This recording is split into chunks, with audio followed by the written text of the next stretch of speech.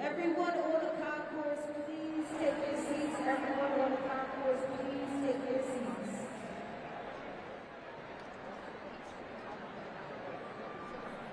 Philly, how y'all feeling? How y'all feeling?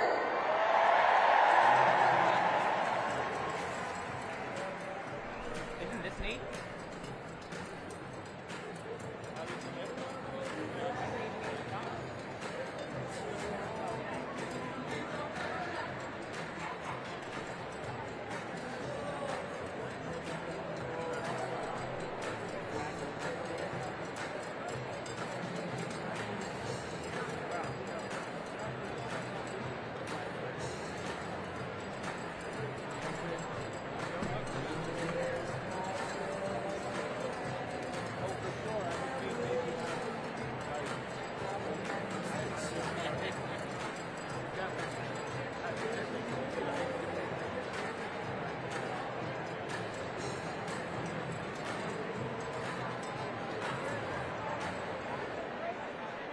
Please welcome the United States Senator for the Commonwealth of Pennsylvania, John Fetterman.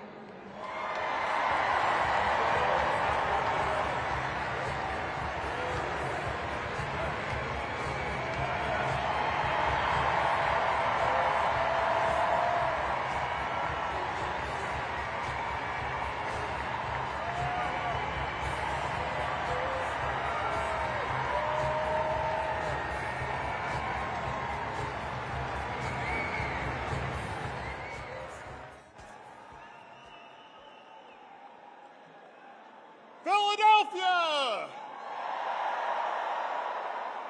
Philadelphia! Hey, look, I'm a Yinzer. I'm a Steeler guy.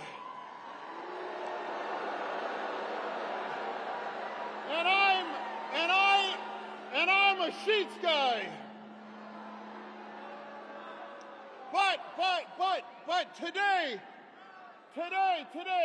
we are all Team Harris Walz today right now.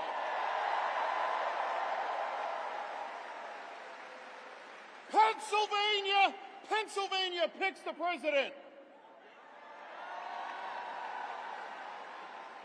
We did that in 2020.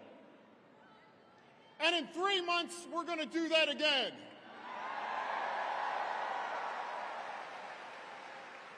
Look, the choice just could not be any more stark than this. You know, this election is about moving our country forward with Vice President Harris and Governor Walz.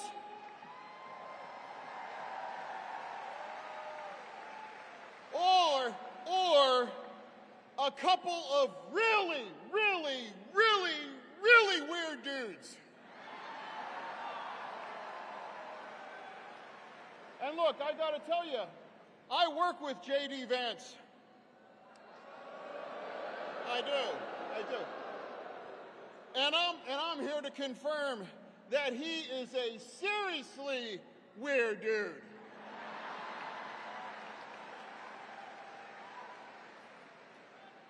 Look, let's get to work, and it all starts now. Thank you, Philadelphia.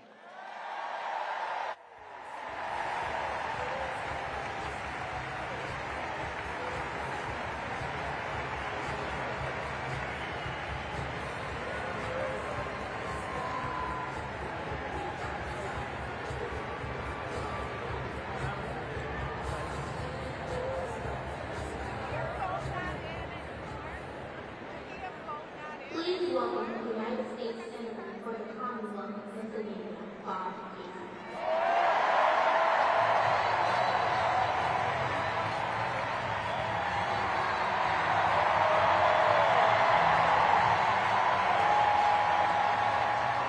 Thanks, everybody. Hello, Pennsylvania.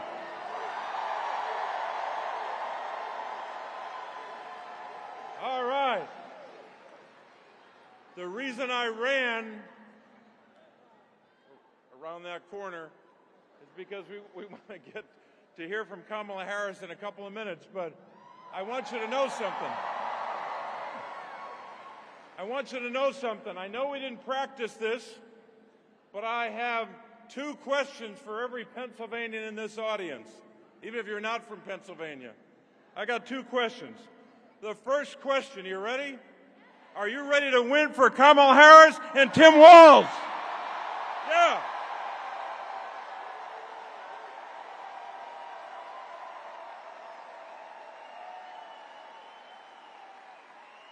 And the second question is, are you ready to win for everyone on our ticket?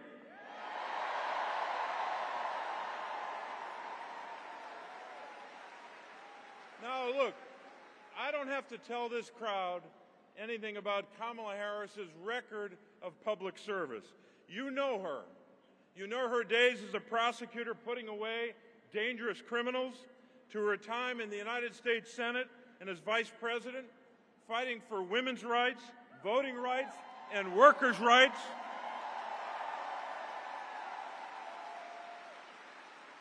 You know her service as vice president, as Democrats brought jobs and investment back to our Commonwealth.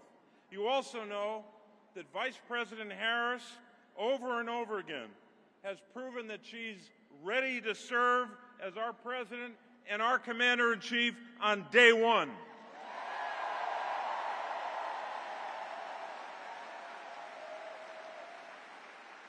And I am certain that you know the last thing I'm about to say.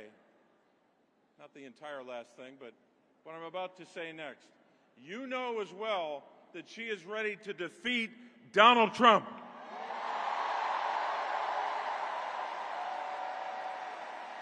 So, I know that we have some union members in this audience. Put your hand up. Thank you. Thank you to the men and women of organized labor who give strength to our party and lead our nation.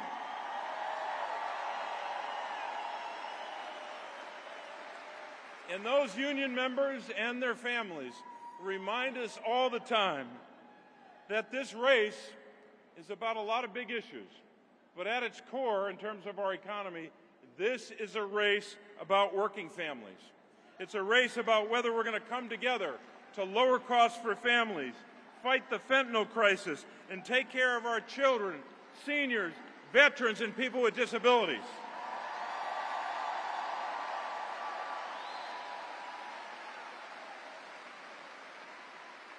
Look, these are the people that I've fought for every day of my life as a public official, and I'm going to keep fighting for them when we win this year. Now,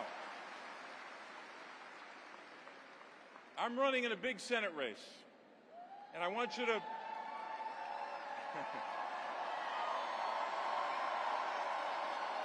I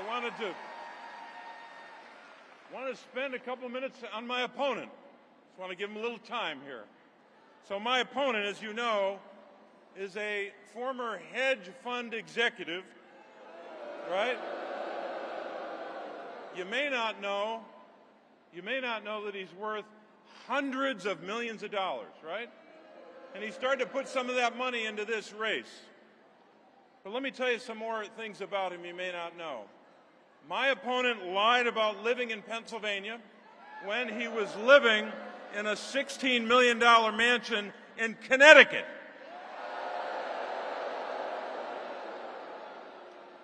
He also lied about how he grew up.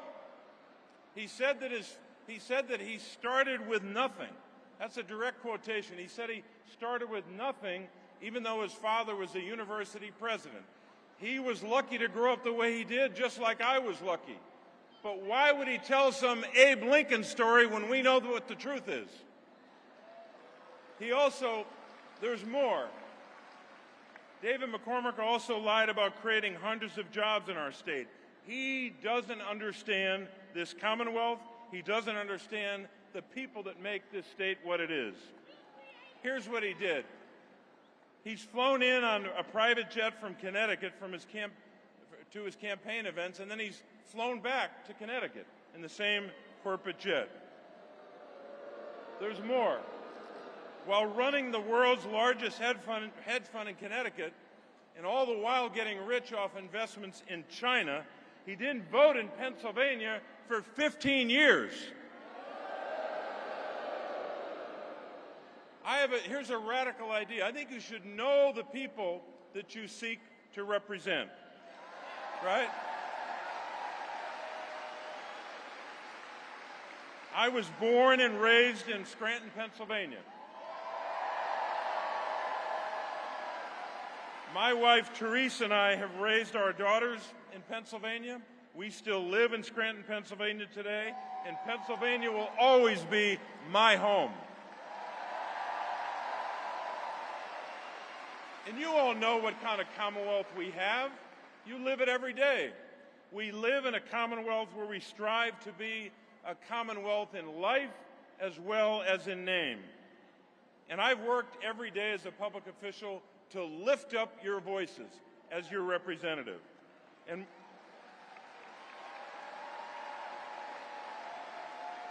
I've also listened to you when you told me about your struggles and the struggles of your families. And that's why I've taken on some tough fights. I'm leading the fight in Washington against corporate greed, calling out greedflation. You know what that is. You see it all the time. When you go to the grocery store, big corporations jacking up the price of food, jacking up the price of household items, and making you pay more. We ought to take on that corporate greed. We ought to pass a price gouging bill to go after them, and we should take away their big tax cuts.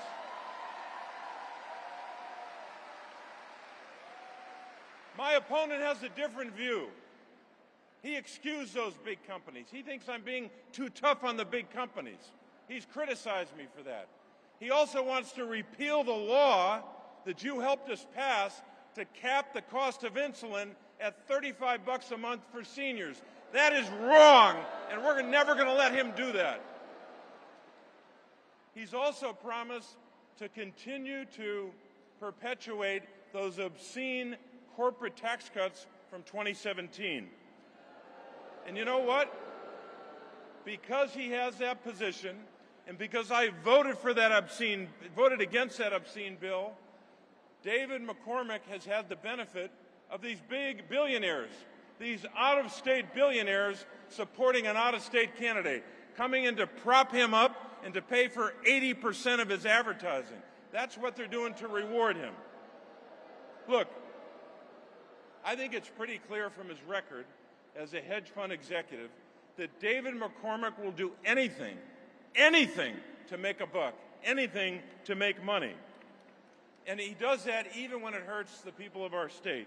He invested millions in Chinese military companies that make fighter jets, bombers, and missiles. And while we, all of us across our state, were fighting against fentanyl that's trafficked from China that kills over 4,000 Pennsylvanians each year, David McCormick, listen to this one, David McCormick, as a hedge fund executive, invested millions of dollars in China's largest producer of fentanyl.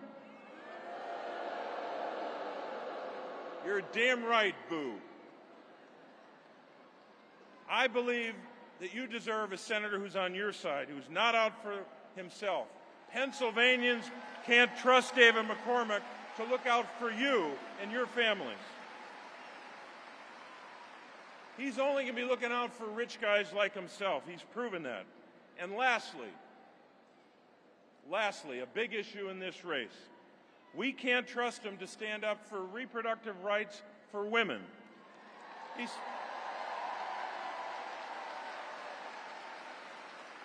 said in 2022, when he was running for the United States Senate, that he supports an abortion ban with no exceptions for rape and for incest. He called the overturning of Roe v. Wade a, quote, great victory, unquote. I don't think ripping away a 49-year constitutional right is a great victory. My daughters, just like your daughters, should not have fewer rights than their mothers. So, were he to be elected, he will not support the Women's Health Protection Act, which we tried to pass in the aftermath of the Dobbs decision. So I think the differences are pretty clear, and you know them, and you know some more of them maybe after what I said. But here's what I want to tell you. We got a lot of work to do. We've got about 90 days, 90, 91, depending on how you count them. We've got a lot of work to do here in Pennsylvania. You know that. We know that we must win Pennsylvania to win the presidency, right?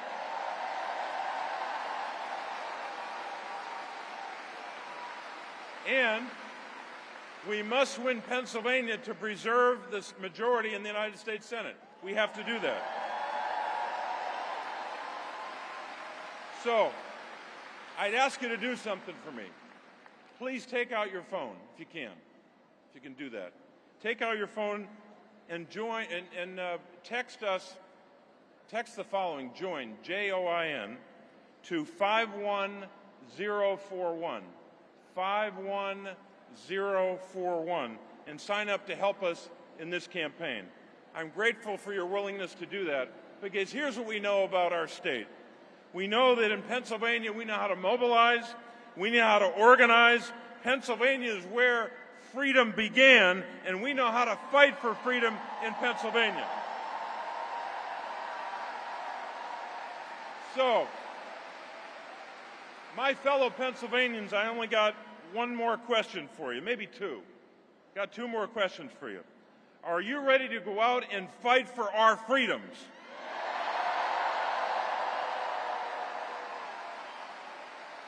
Are you ready to go out and defeat David McCormick and the out-of-state billionaires trying to buy this Senate seat?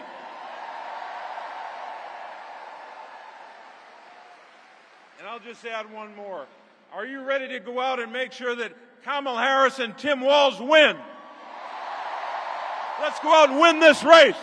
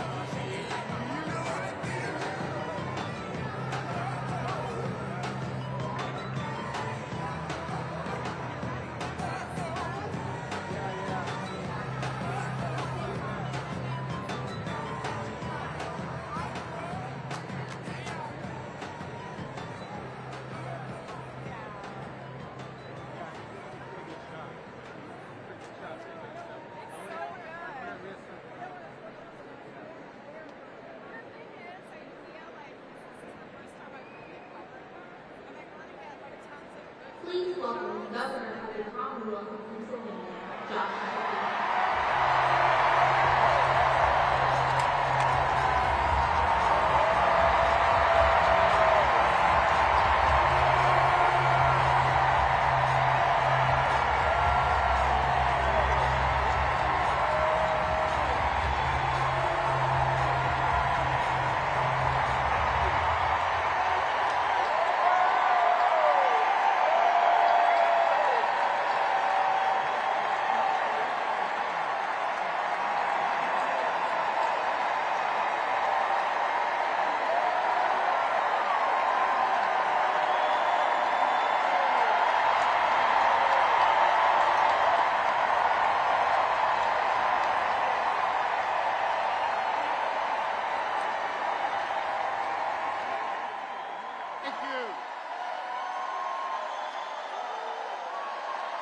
Thank you.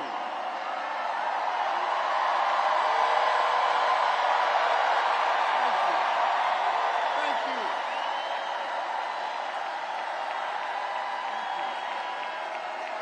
Thank you. I love you, Philly.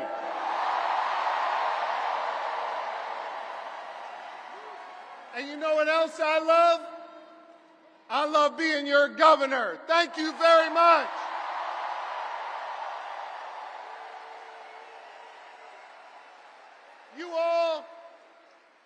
Y'all fill my heart. And I love you so much.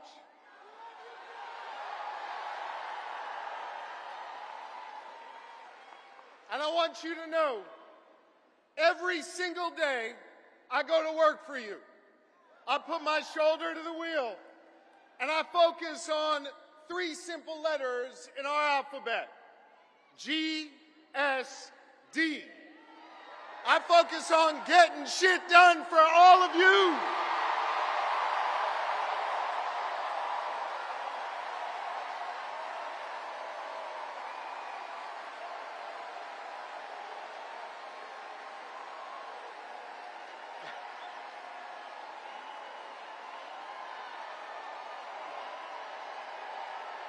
Thank you.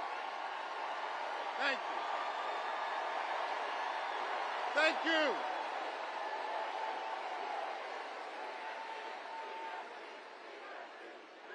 And I want you to know, I am going to continue to pour my heart and soul into serving you every single day as your governor.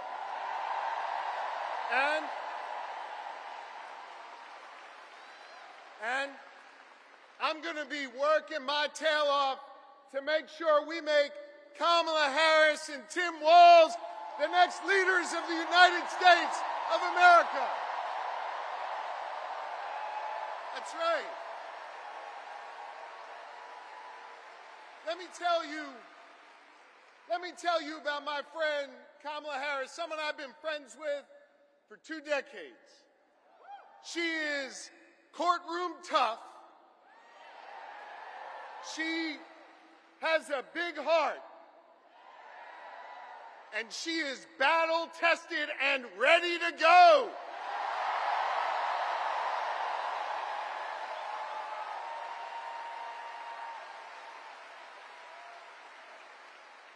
Whether in a courtroom, whether fighting as Attorney General, whether remembering the people who have oftentimes been left behind when she was sitting in the halls of power in the Senate, Kamala Harris has always understood that you got to be every day for the people, for the people.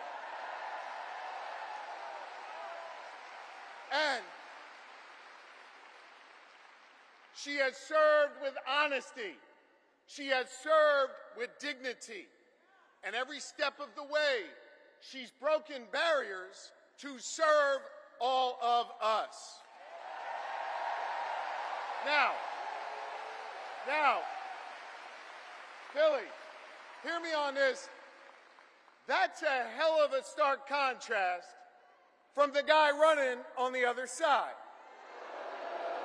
Oh, y'all know who I'm talking about, I guess.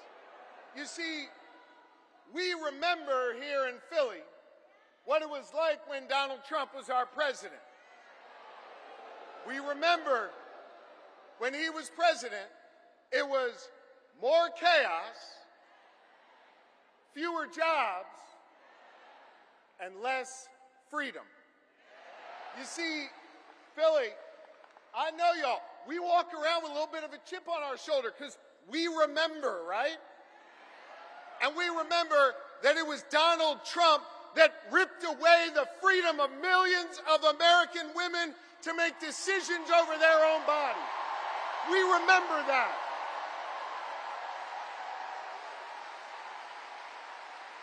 We remember that. We're not going back. We are not going back. You're right. Not going back. And here's the thing.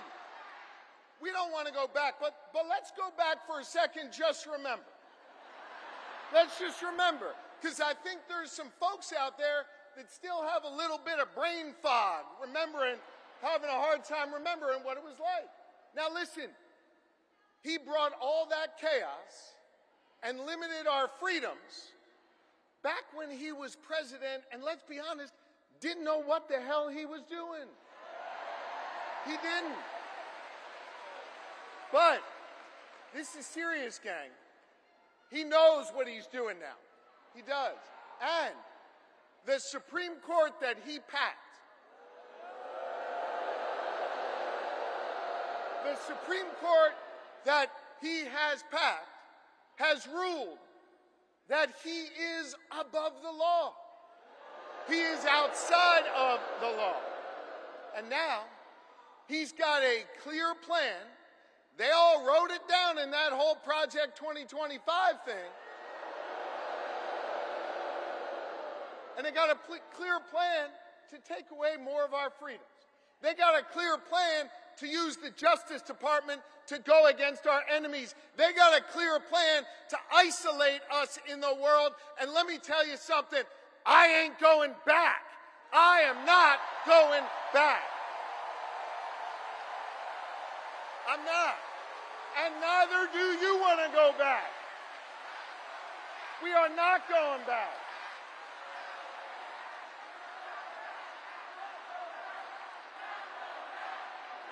We're not going back.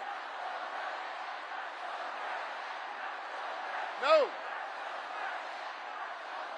We're not. And not only are we not going back, we're not going into the future with Donald Trump, not going in the future with him. A guy who has made clear, he's told us what he wants to do, more chaos, less freedom. And yo, friends, it was Maya Angelou who said it, when they tell you who they are, yeah, I believe them, and I don't want to see that. And Donald Trump, well, he's now got a partner with him. Y'all see that guy? Yeah. J.D. Vance, he's not exactly off to a good start. I think we can all agree on it. But I think part of the reason why he's not off to a good start is this, and it's serious. He doesn't know who he is. And he's not being honest with himself, so he can't be honest with the American people. He can't.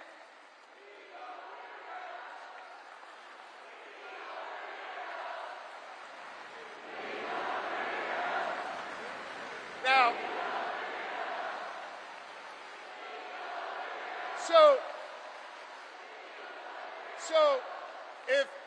if I hear you right, and I think I do, you're chanting, he's a weirdo.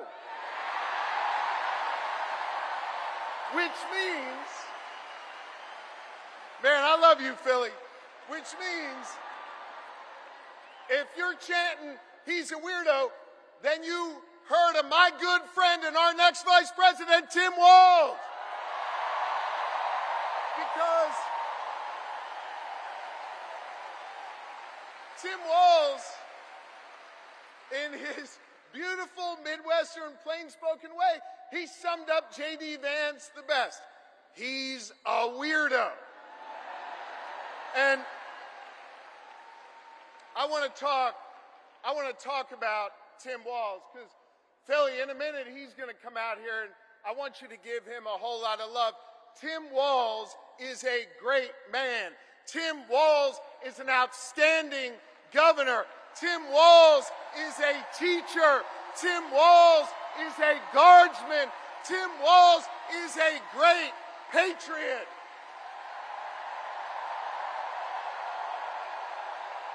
He is. And I'll tell you what else. Tim Walz is a dear friend. And I want you to know, Lori and I feel blessed to have Tim and Gwen in our lives. They are outstanding public servants. And I can't wait for you, Philly, the rest of this Commonwealth, and our entire country to get the chance to know the Walzes, the next Vice President and Second Lady of this nation. Now, I think it is fitting, and it is special, that Kamala Harris and Tim Walz have chosen to launch their campaign right here in Philadelphia, in the city of brotherly love and sisterly affection.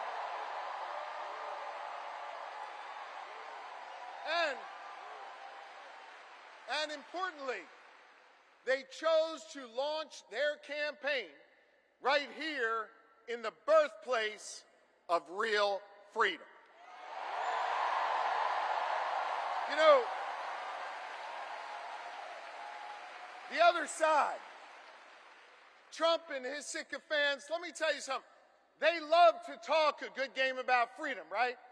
They love to cloak themselves in the blanket of freedom all the time. They love to talk a good game. But hear me on this. It's not freedom to tell our children what books they're allowed to read. That's not freedom. It's not. It's not. It's not freedom to say you can go to work, but you can't join a union. That's not freedom.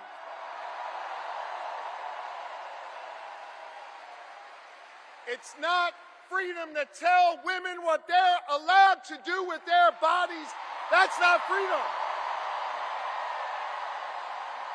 It's not. It's not. It is not. No, it's not. It is not. And it won't be that way when Kamala Harris is our president. And it sure as hell isn't freedom to say you can go vote, but he's going to pick the winner. That is not freedom. That's not what patriots have fought for over the years. It is not. But you know what we are for? You know what Kamala Harris and Tim Walz are for? They are for real freedom. They are. The kind of real freedom that comes when we look that young girl in North Philly in the eye and we invest in her public school because we believe in her.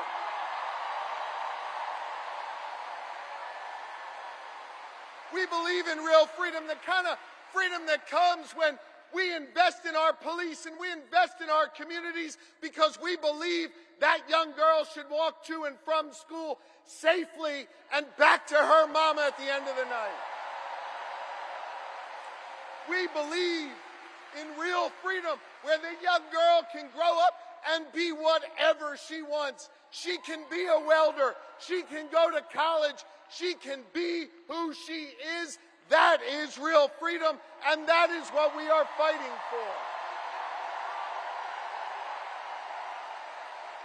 We believe in the kind of real freedom where she grows up in a community where she can breathe clean air and drink clean water and know that she will leave an environment to the next generation that is great for her kids and her grandkids. And Kamala Harris and Tim Walz believe in a real freedom where you can marry who you love and be who you are.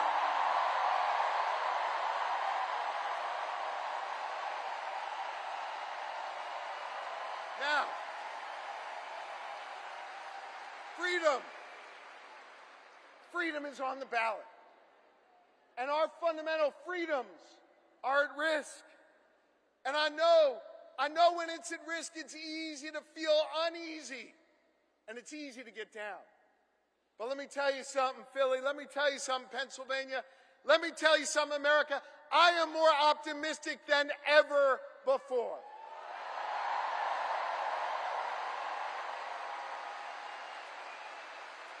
And the reason I'm more optimistic than ever before is because of all of you. And because of what a band of patriots started here in our taverns, in our town squares, and at Independence Hall, just a couple miles from here, nearly 2.5 centuries ago. You see,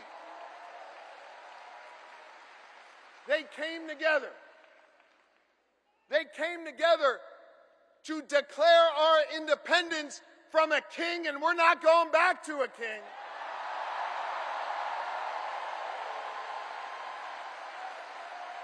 And we're not going back.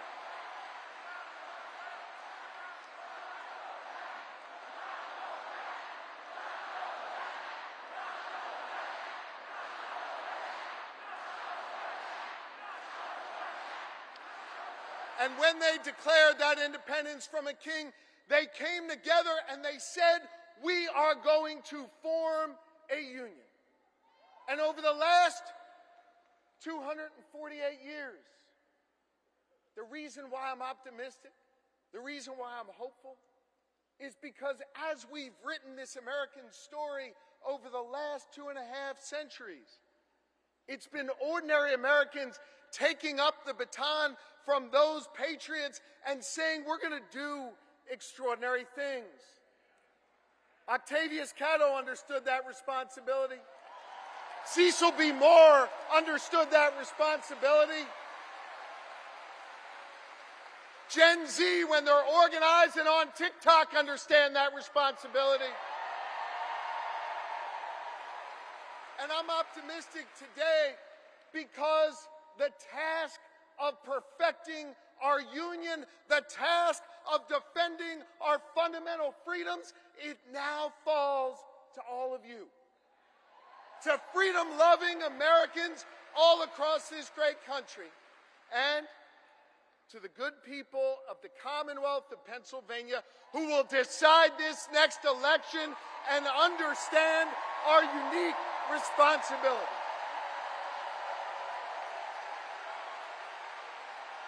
I love you too, and this is a moment where we all have to understand that while we'll see Kamala Harris and Tim Walz names on the ballot, that this election isn't just about their names on this ballot. This election is about all of you. And whether or not you're willing to do this hard work to fight for our freedom, whether or not you're willing to do this hard work that started here 248 years ago.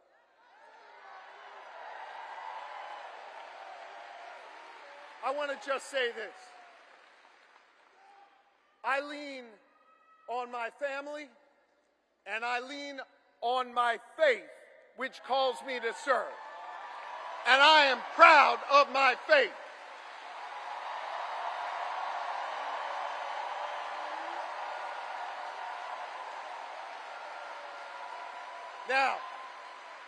Now hear me. I'm not here to preach at y'all, but I want to tell you what my faith teaches me.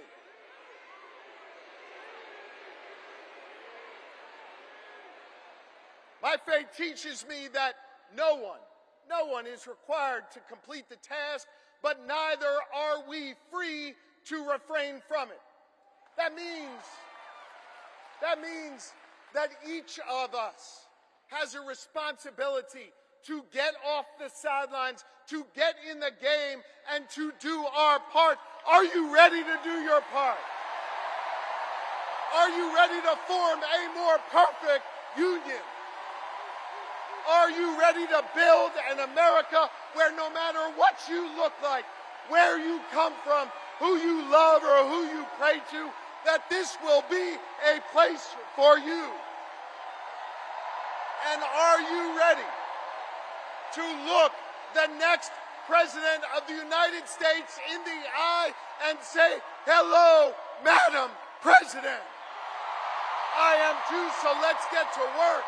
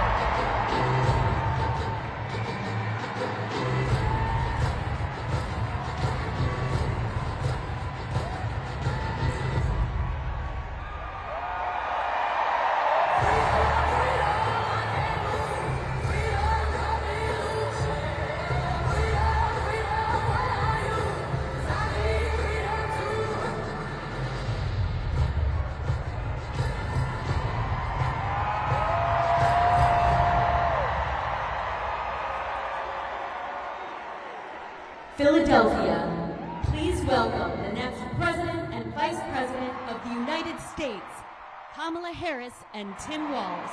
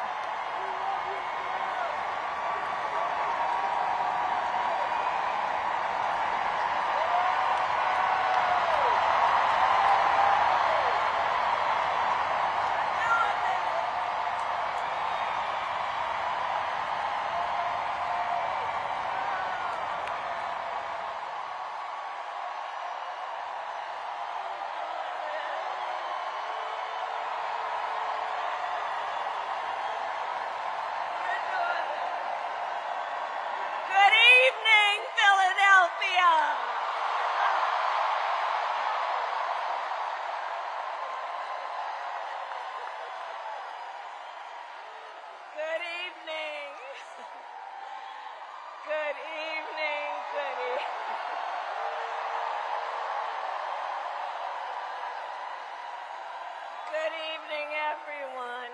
Good evening. Good evening. Oh, it is good to be back in Pennsylvania.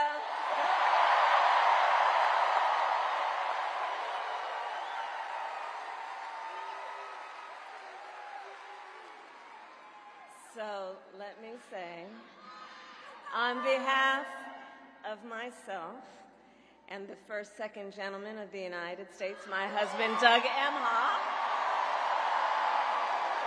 thank you for the warm welcome.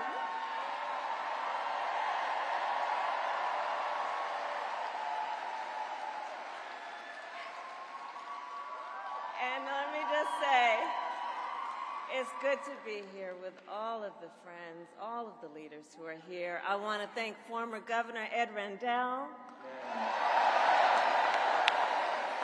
Senator Bob Casey, who we will re-elect this November, Senator John Fetterman, Mayor Sherelle Parker, and Chairman Jamie Harrison. And it is so good to be here with your incredible Governor, Josh Shapiro.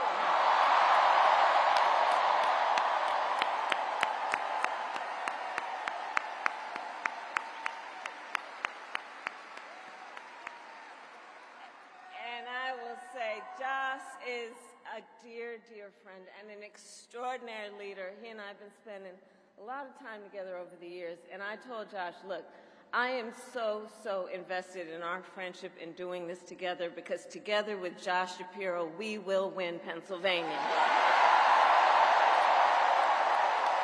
We will win Pennsylvania. And I thank you, Josh. I thank you.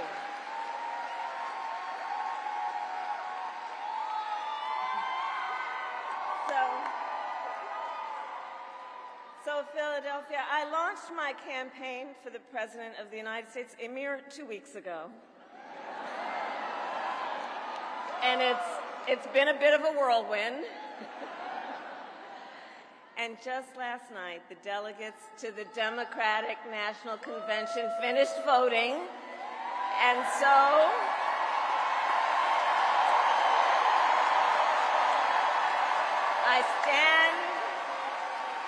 I stand before you today to proudly announce I am now officially the Democratic nominee for President of the United States.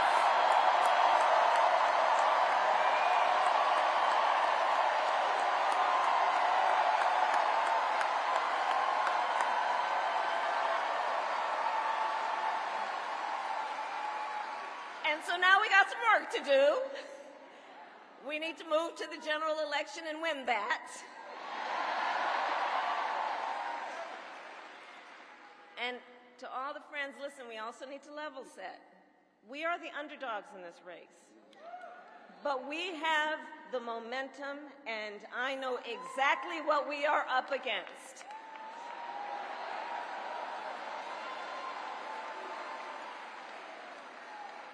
Now, many of you know, before I was elected vice president or elected a United States senator, I was an elected attorney general, and before that, elected district attorney.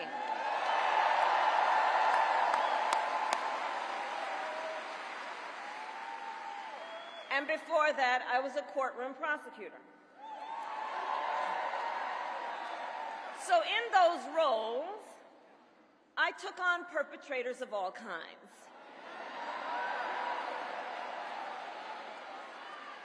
Predators who abused women. Fraudsters who scammed consumers. Cheaters who broke the rules for their own gain. So hear me when I say,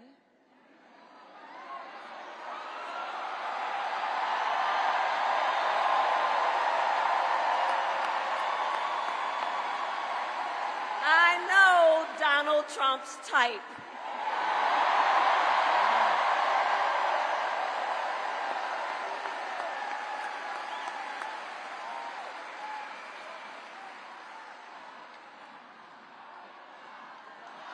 So, but let me say, hold on. This campaign, our campaign, is not just a fight against Donald Trump. Our campaign, this campaign, is a fight for the future. It's a fight for the future. In Pennsylvania, we fight for a future with affordable housing, affordable health care, affordable child care, paid leave. We fight for a future where we build a broad-based economy, where every American has the opportunity to own a home, to start a business, and to build wealth.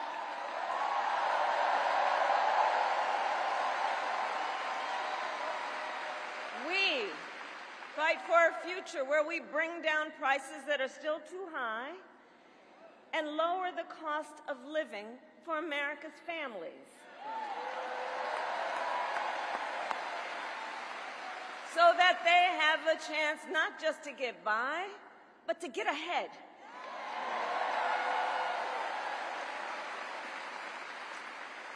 We fight for a future where we defend our most fundamental freedoms. The freedom to vote.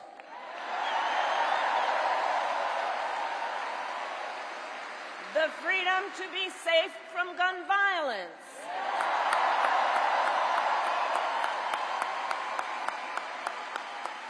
The freedom to love who you love openly and with pride.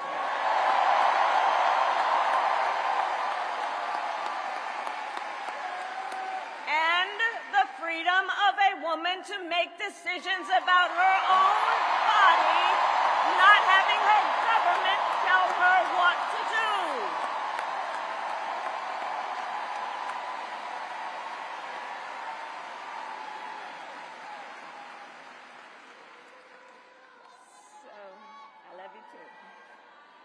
So here's the thing. Since the day that I announced my candidacy, I set out to find a partner who can help build this brighter future.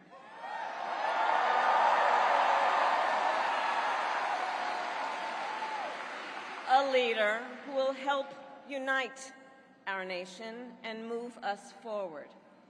A fighter for the middle class. A patriot who believes, as I do, in the extraordinary promise of America.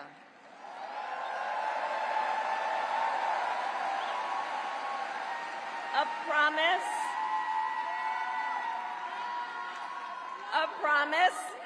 of freedom, opportunity, and justice, not just for some, but for all.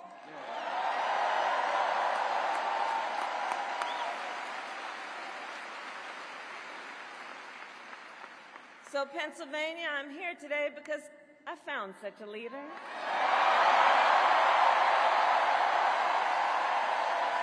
Governor Tim Walz of the great state of Minnesota.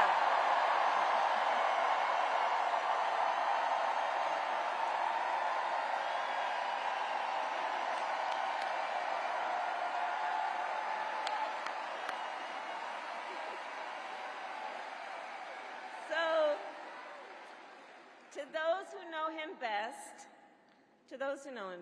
Tim is more than a governor. To his wife, Gwen, he is a husband. To his kids, Hope and Gus, he is a dad. To his fellow veterans, he is Sergeant Major Walz.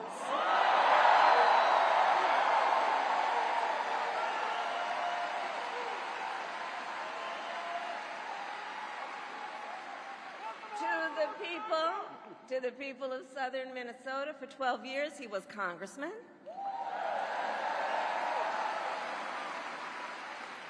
To his former high school students, he was Mr. Walz.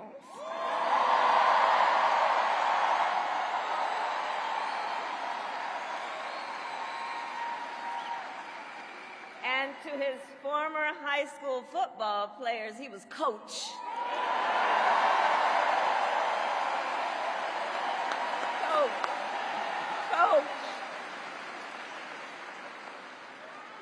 And in 91 days,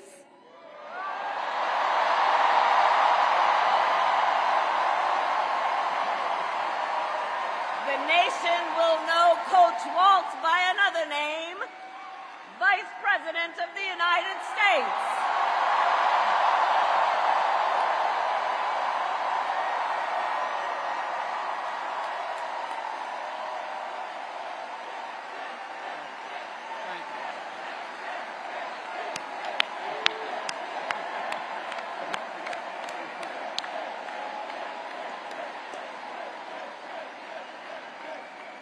So America, for some folks, they're just getting to know Coach Walz's story. And I'll tell you, he is the proud product of a middle-class family in rural Nebraska. He is a veteran who served our nation in uniform for more than 2 decades as a member of the Army National Guard, and he went to college on the GI Bill.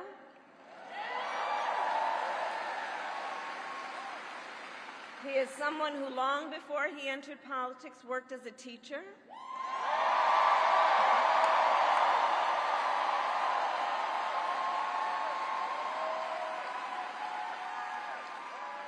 When Coach Walz and his wife Gwen moved from his native Nebraska to Minnesota nearly 30 years ago, they both took jobs at the local high school. Coach Walz taught social studies, Gwen taught English.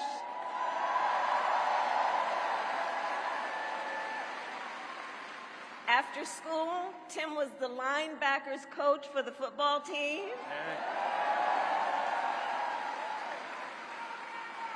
Where I've heard the stories about he had a knack for using the game of football to teach life lessons. He saw the potential in kids who sometimes didn't even see it in themselves.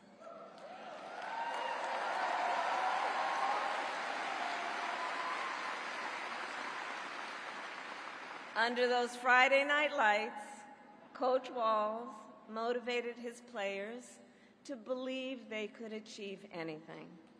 And together, they defied the odds, hear this out, going from a winless record to the school's first ever state championship.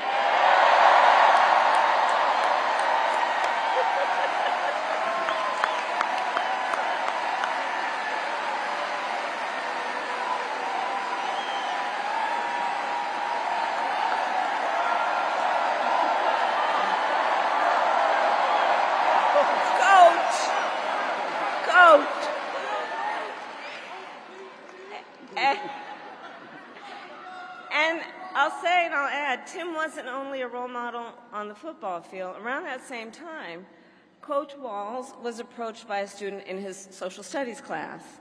The young man was one of the first openly gay students at the school and was hoping to start a gay-straight alliance. At a time when acceptance was difficult to find for LGBTQ students, Tim knew the signal that it would send to have a football coach get involved.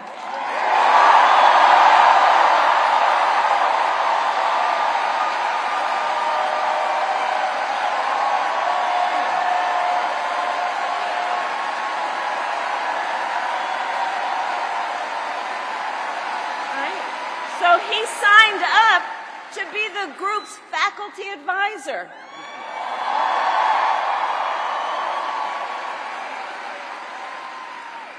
And as students have said, he made the school a safe place for everybody.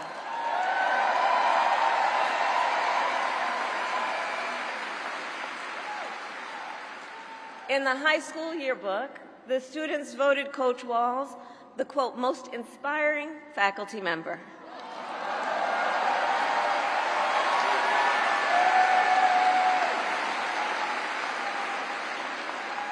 And as I think everyone here can see, Tim Walz was the kind of teacher and mentor that every child in America dreams of having, and that every kid deserves. The kind of coach, because he's the kind of person who makes people feel like they belong and then inspires them to dream big. And that's the kind of vice president he will be.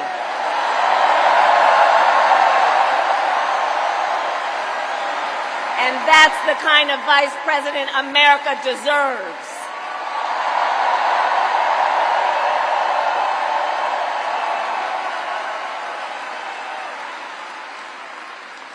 So it was Coach Walz's students who actually helped him decide to run for office. And he served 12 years in Congress, representing a purple district as he reached across the aisle to get things done. He was the highest ranking enlisted man to ever serve in the United States Congress.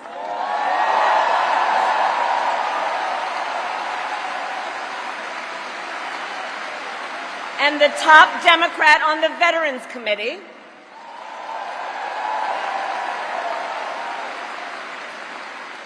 And he was known as one of Capitol Hill's best marksmen,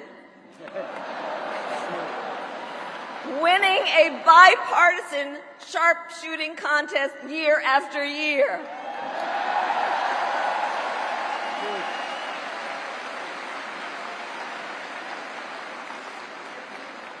In Washington, Tim worked to raise the minimum wage,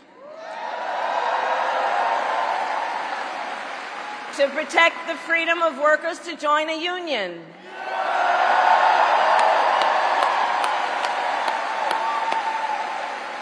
and he cast one of the critical votes to pass the Affordable Care Act.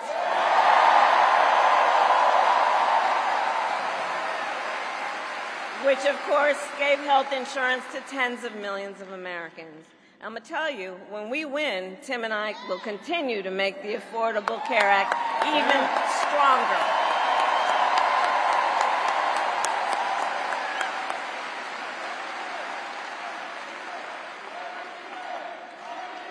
He will win.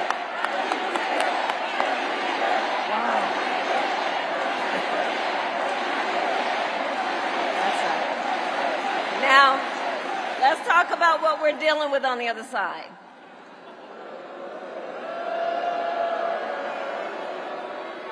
So on that last topic, if Donald Trump gets the chance, he will end the Affordable Care Act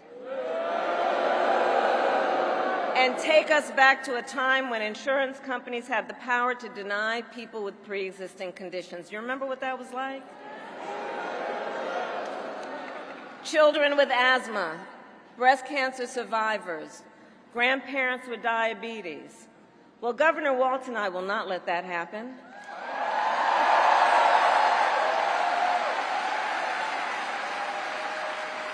Because we believe health care should be a right and not just a privilege for those who can afford it.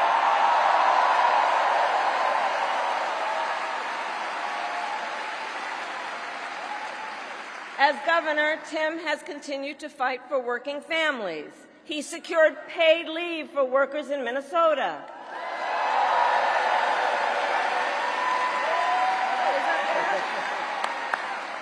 And he refused, as governor, to allow any student in their public schools to go hungry.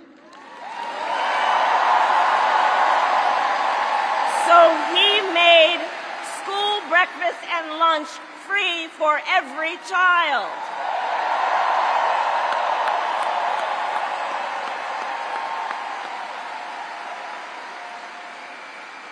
And Tim Walz and I, we agree about many things, including when our middle class is strong, America is strong.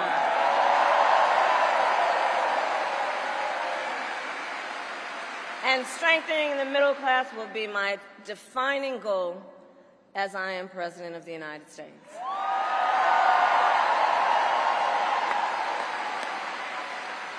So Pennsylvania, ours is a fight for the future of the middle class, and it is a fight for freedom.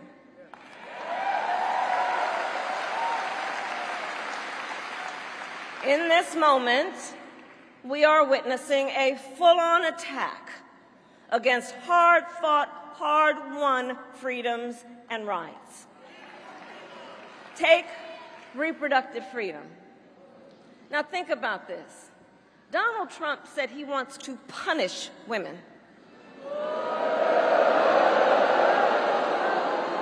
And as a result of his actions, today in America, 1 out of 3 women live in a state with a Trump abortion ban. 1 out of 3.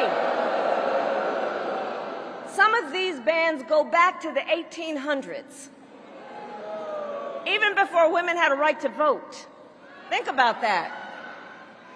Well, Tim and I have a message for Trump and others who want to turn back the clock on our fundamental freedoms. We're not going back.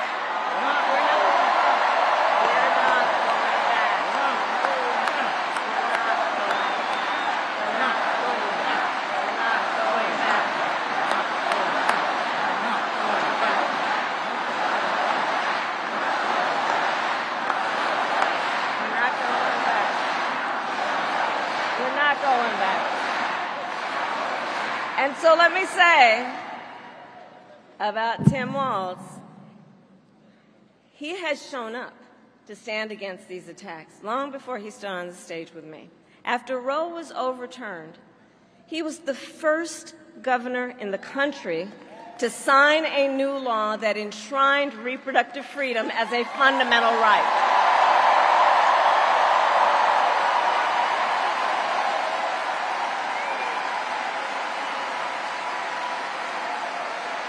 And with Tim Walz by my side when I am President of the United States and we win majorities in the United States Congress, we will pass a bill to restore reproductive freedom, and I will proudly sign it into law.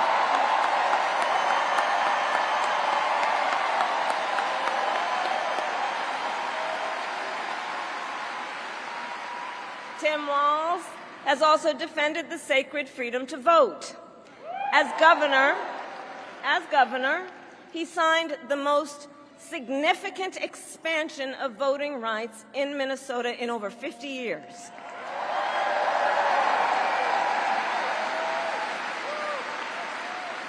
And with Governor Walz's help, when I am president, we are going to finally pass the John Lewis Voting Rights Act and the Freedom to Vote Act. We're going to get it done.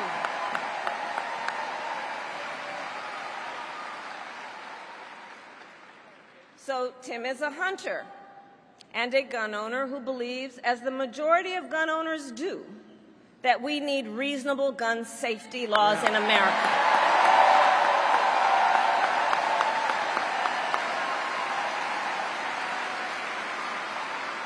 So as governor, he expanded background checks and increased penalties for illegal firearms sales.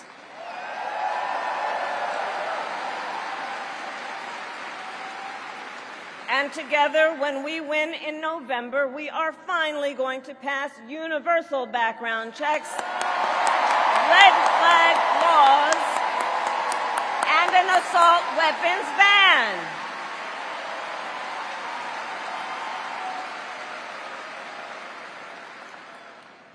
Through his work, Tim, the way I think about it, he really does shine a light on a brighter future that we can build together. In his state, he has been a model chief executive, and with his experience, I'm telling you, Tim Walz will be ready on day one.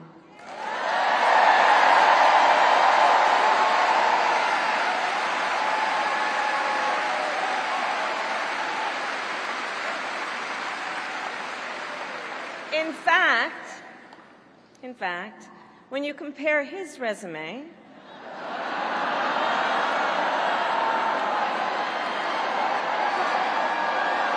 shall we, to Trump's running mate, well, some might say it's like a matchup between the varsity team and the JV squad.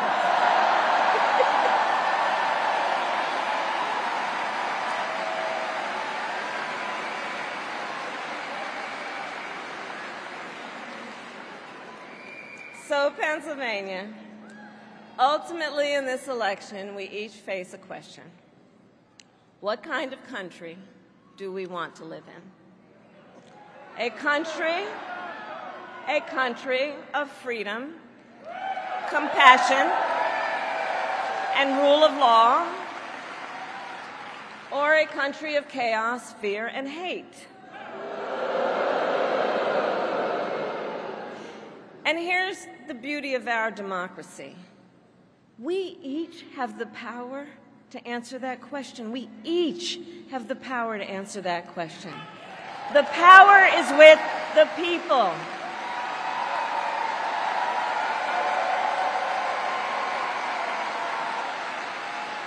We love our country, and I believe it is the highest form of patriotism to fight for the ideals of our country.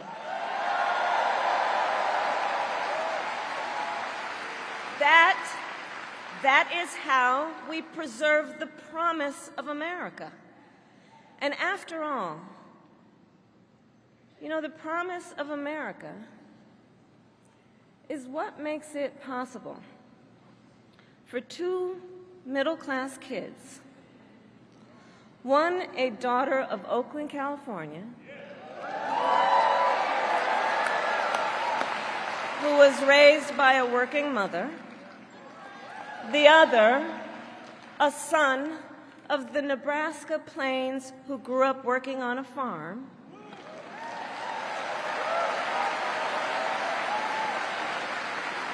It's the promise of America, because only in America,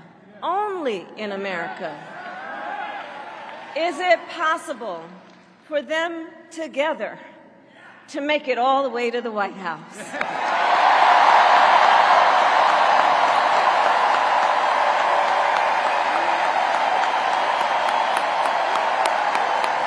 Only in America. Only in America. Only in America.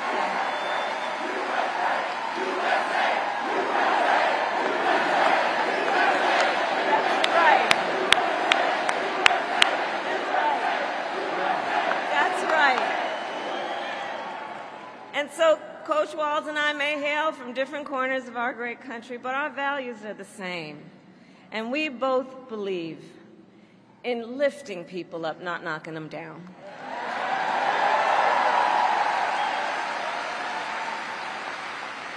He and I, we both know the vast majority of people in our country have so much more in common than what separates them.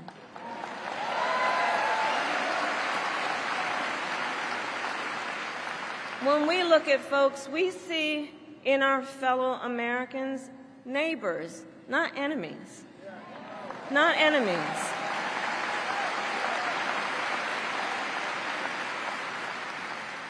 And so my promise to you is this. Our campaign will reach out to everyone, from red states to blue states, from the heartland to the coast, in rural, urban, suburban, and tribal communities.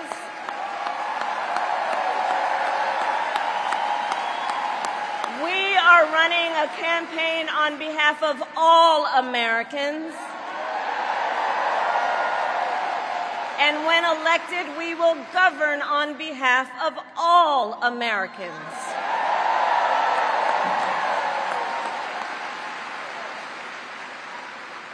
And so, with Tim Walz by my side, and with all of you at our side, let us fight for the promise of our future. And with that, I ask Pennsylvania, are you ready to make your voices heard? Do we believe in freedom? Do we believe in opportunity? Do we believe in the promise of America? And are we ready to fight for it? And when we fight, we win. And now, welcome the next Vice President of the United States, Tim Walz.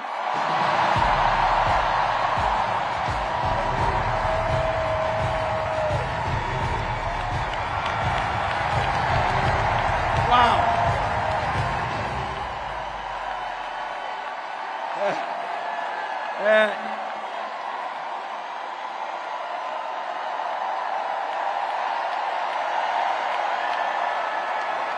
Thank you. Wow. Thank you, Philadelphia.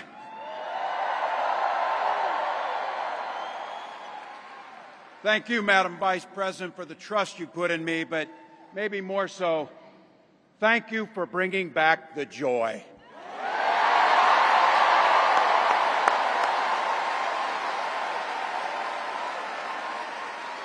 I'm thrilled to be on this journey with you and Doug, this incredible journey.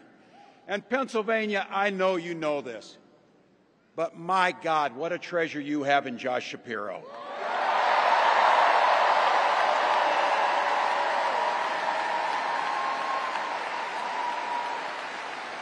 Holy hell, can this guy bring the fire? He can bring the fire. This is a visionary leader. Also, I have to tell you, everybody in America knows when you need a bridge fixed, call that guy.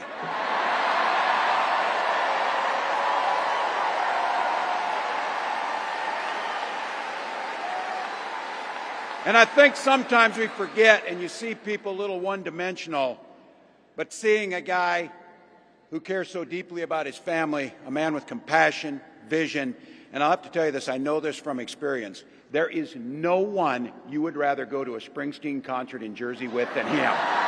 Than that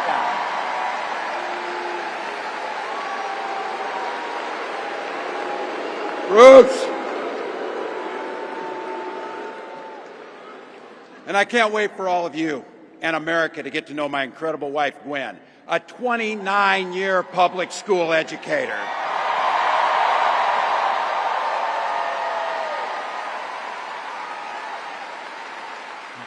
Don't ever underestimate teachers.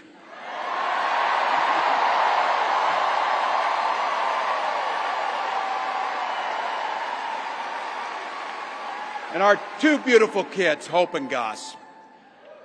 I couldn't be prouder to be on this ticket and to help Vice President Harris become what we all know is very, very good for us to think about. Next President of the United States of America.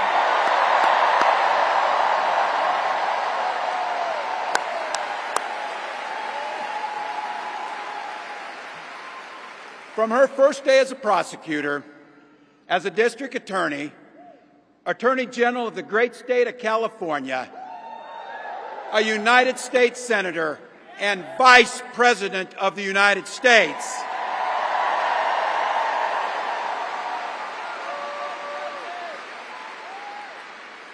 Vice President Harris has fought on the side of the American people.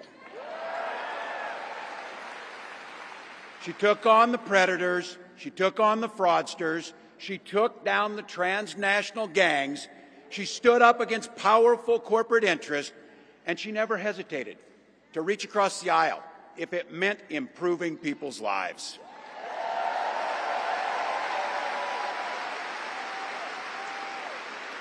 And I want all of you to hold this, and don't ever underestimate the power of this. She does it all with a sense of joy.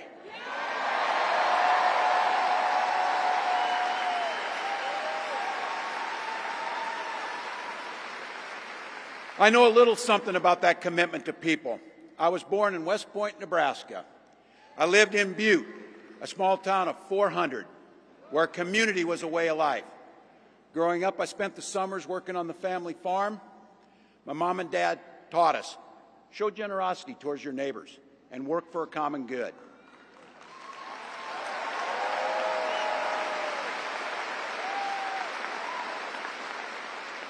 My dad served in the Army during the Korean War. And with his encouragement, at 17, I joined the Army National Guard.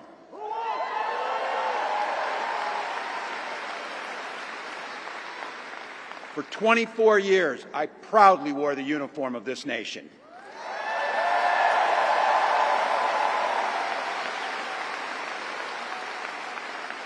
The National Guard gave me purpose.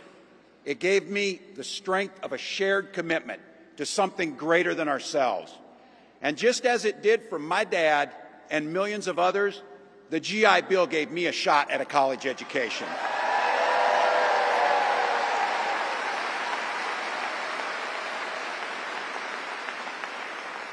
My dad was a teacher. My brothers and sisters and I followed in their footsteps.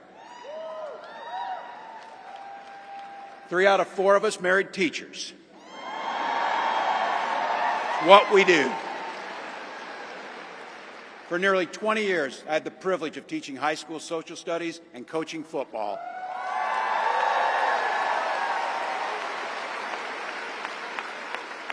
Including winning that state championship. So thank you.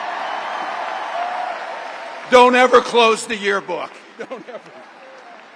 But it was my students. They encouraged me to run for office. They saw in me what I was hoping to instill in them, a commitment of common good, a belief that one person can make a difference. So in 2006, I took a leap and I ran for Congress.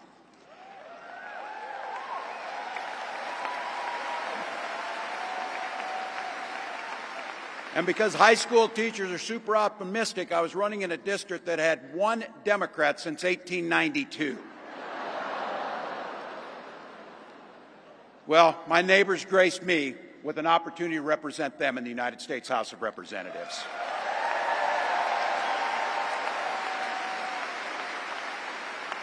I'm proud of the work we did there together. I worked across the aisle on veterans issues, on agriculture, and on ways to grow rural economies. I learned the art of compromise without compromising my values.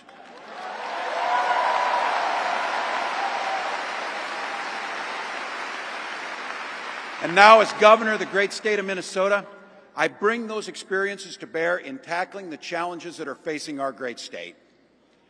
Minnesota's strength comes from our values, our commitment to working together, to seeing past our differences, to always being willing to lend a helping hand. Those are the same values I learned on the family farm and tried to instill in my students. I took it to Congress and to the state capitol, and now Vice President Harris and I are running to take those very values to the White House.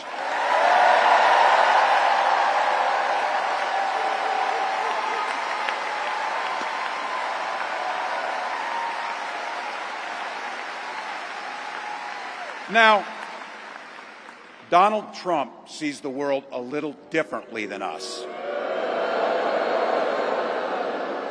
First of all, he doesn't know the first thing about service.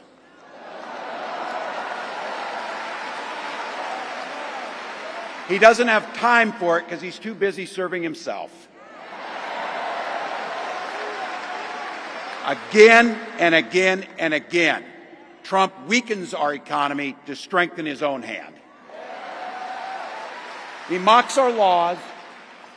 He sows chaos and division. And that's to say nothing of his record as president. He froze in the face of the COVID crisis. He drove our economy into the ground.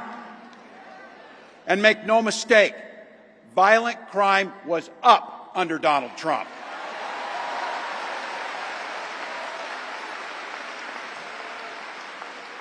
That's not even counting the crimes he committed.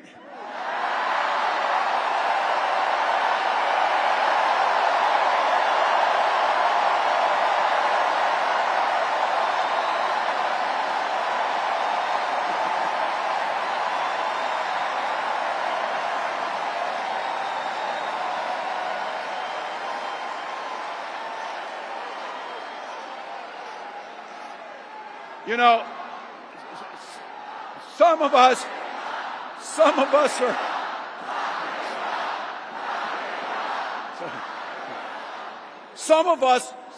in here are old enough to remember. I see you down there. I see those old white guys. Some of us are old enough to remember when it was Republicans who were talking about freedom. It turns out now what they meant was the government should be free to invade your doctor's office. In Minnesota, we respect our neighbors and their personal choices that they make. Even if we wouldn't make the same choice for ourselves, there's a golden rule. Mind your own damn business.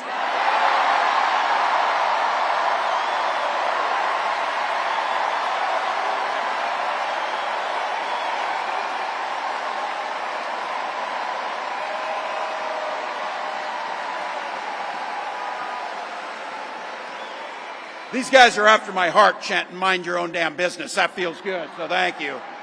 Look, that includes IVF, and this gets personal for me and my family.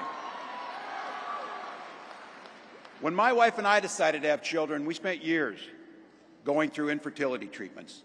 And I remember praying every night for a call for good news.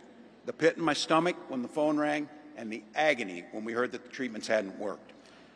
So it wasn't by chance that when we welcomed our daughter into the world, we named her Hope.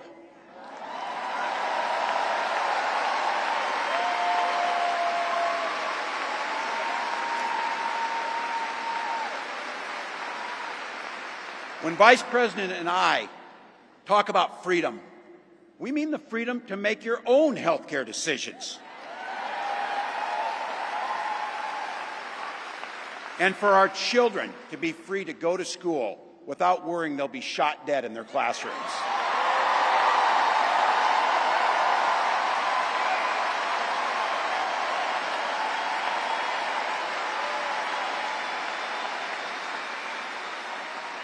By the way, as you heard, I was one of the best shots in Congress, but in Minnesota, we believe in the Second Amendment, but we also believe in common sense gun violence laws.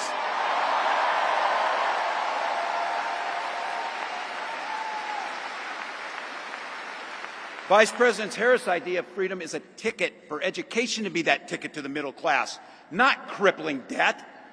Air that's clean, water that's pure, communities that are safe.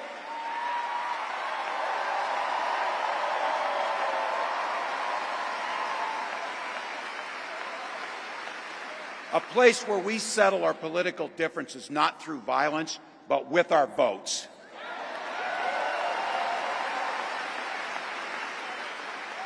And that's what this election's about.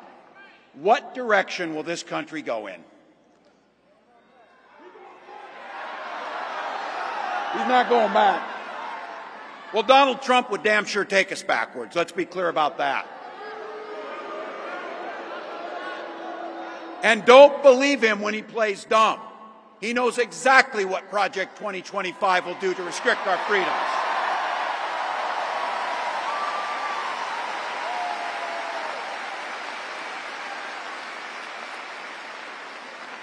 To rig the economy to help the super rich. If Trump gets a chance to return, he's going to pick up exactly where he left off 4 years ago. Only this time, it will be much, much worse. Raising costs on middle-class family. He will repeal the Affordable Care Act, no doubt about it. He'll gut Social Security and Medicare. And when somebody tells you are, they believe him. He said he'd ban abortion across this country, and he'll do it, whether or not Congress is there or not. Donald Trump's not fighting for you or your family. He never sat at that kitchen table like the one I grew up at, wondering how we were going to pay the bills.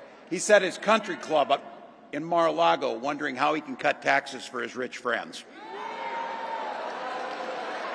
And I got to tell you, his running mate shares his dangerous and backward agenda for this country.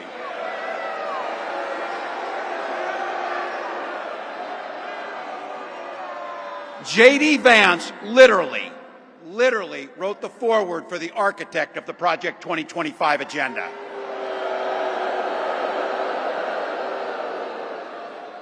Like all regular people I grew up with in the heartland, J.D. studied at Yale, had his career funded by Silicon Valley billionaires, and then wrote a bestseller trashing that community. Come on! That's not what middle America is. And I got to tell you, I can't wait to debate the guy.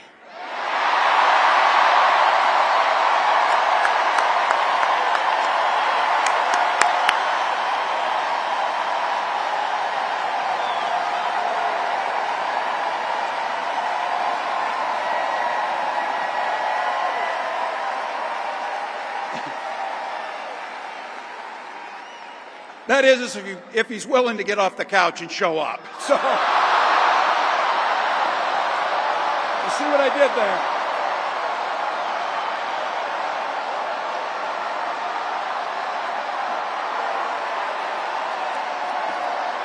Look.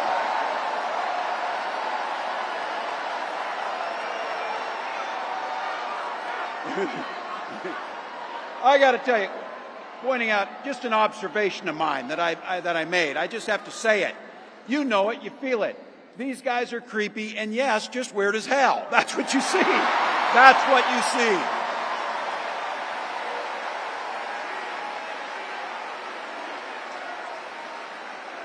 So you know what's out there, so say it with me. We aren't going back. We aren't going back.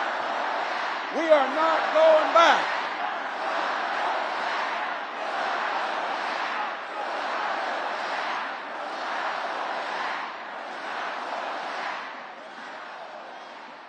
So we got 91 days. My God, that's easy. We'll sleep when we're dead.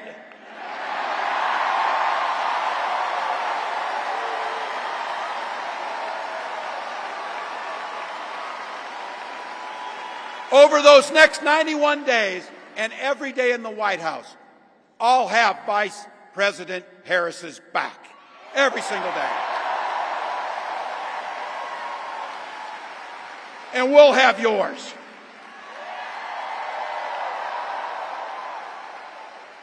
You know how this works. We can't do it alone.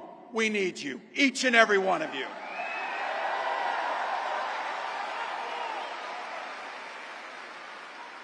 Go over to KamalaHarris.com, get on board, because we need you. Freedom to make our own choices. This leader, this compassionate, careful, joyous leader believes in each and every one of you.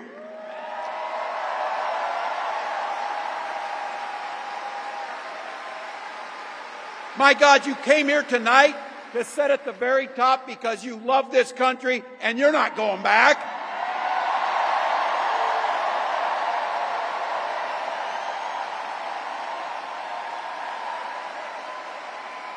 She believes in the opportunity for every single person to join the middle class. She believes in the promise of America. We just got to fight. We just got to fight. Because as soon-to-be President Harris says, when we fight, we win.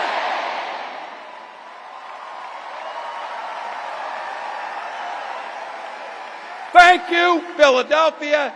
Thank you, Vice President. God bless America.